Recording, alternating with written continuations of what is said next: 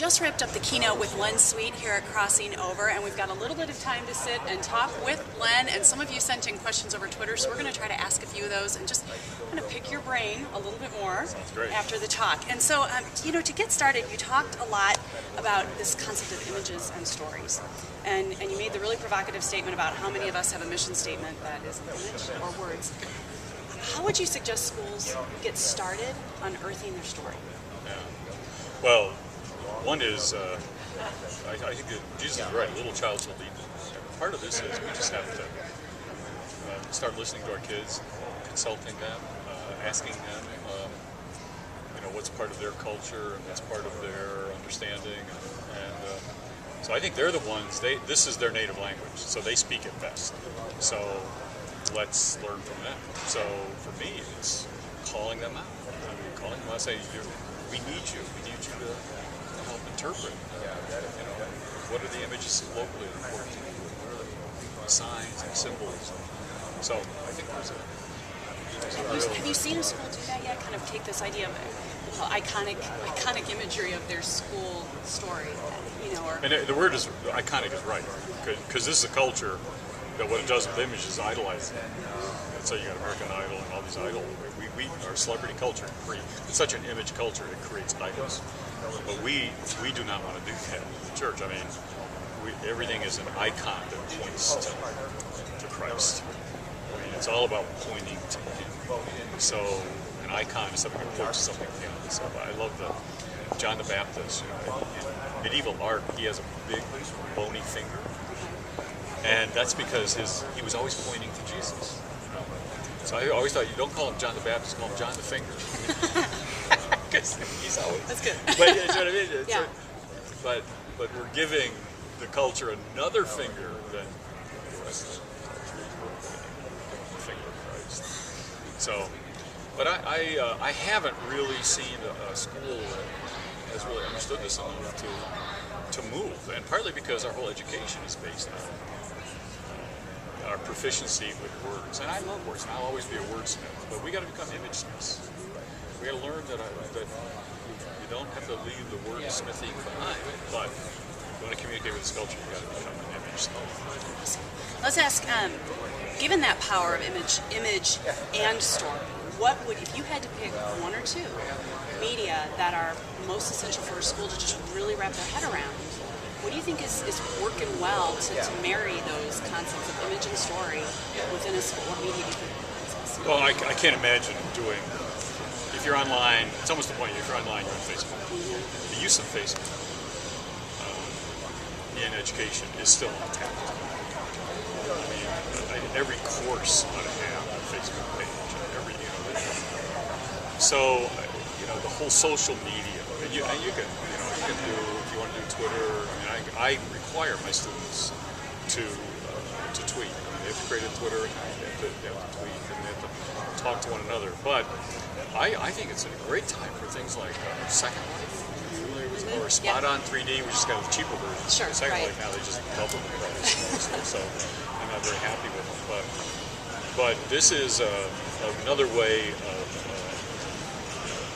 being present virtually, image form, but yet it be very relational. I mean, you hear each other talk. You gather together in this 3D environment, and people understand it because they're still thinking Web 2.0. This is really Web 3.0. But there's also another real. Have you ever heard VoiceThread? Yeah, check that out. It is unbelievable. I mean, you can post. A professor, teacher could post a video or a chapter or a paper or whatever.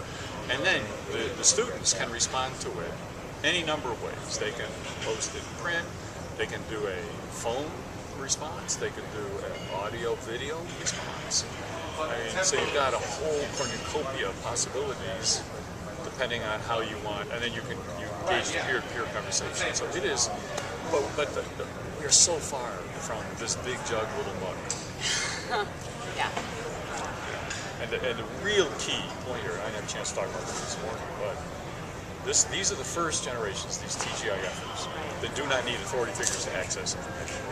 You know, we have this idea that I'm a professor, your job, I'm the big jug, and you're the little mug, and your job is to catch my droppings. You know? But they don't need us to catch these droppings. They can get, but these are the first generations that don't need authority figures to access information, but they do need authority figures more than ever To guide them. to process it Yes. and to assess it. How do I know what's good and what's bad? So we gotta cross over in our educational thinking and our pedagogy away from you come to me to get the information. No, I'm going to coach you in it. I'm going to mentor you in it. I'm going to show you how to turn that information into knowledge and wisdom. That's the process. And I'm also going to help you to assess. You know, the beauty of the internet is it contains everything. Everybody's an author. Everybody's a publisher. The curse of the digital internet. discernment, right? Yeah, exactly. That's a great way to put it. I like that. Yeah. I like that. Digital discernment. Exactly. How do you know what you can trust, what you can't trust? Because you know you got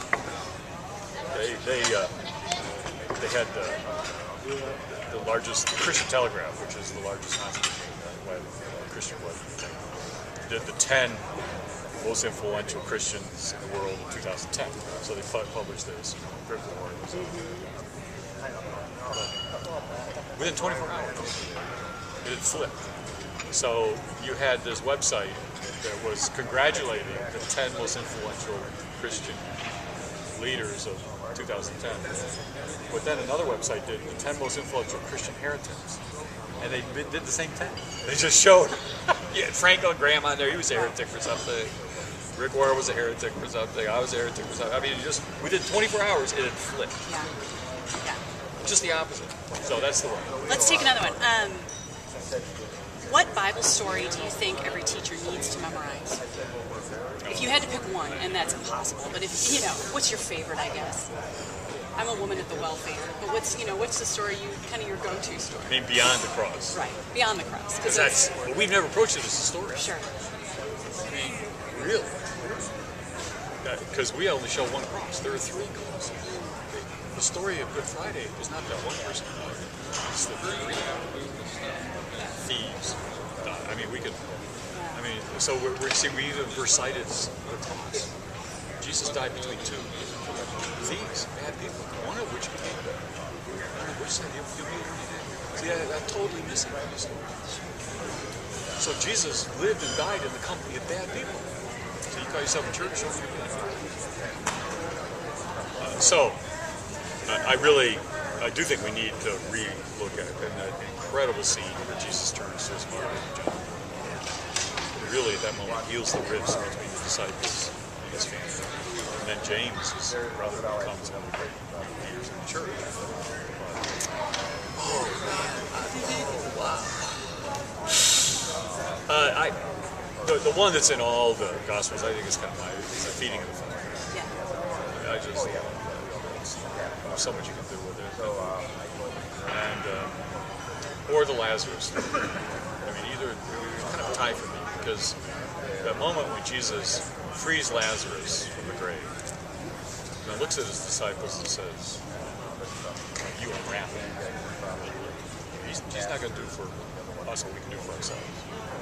We got a lot of people that are still wrapped, bound, confined, because we fail.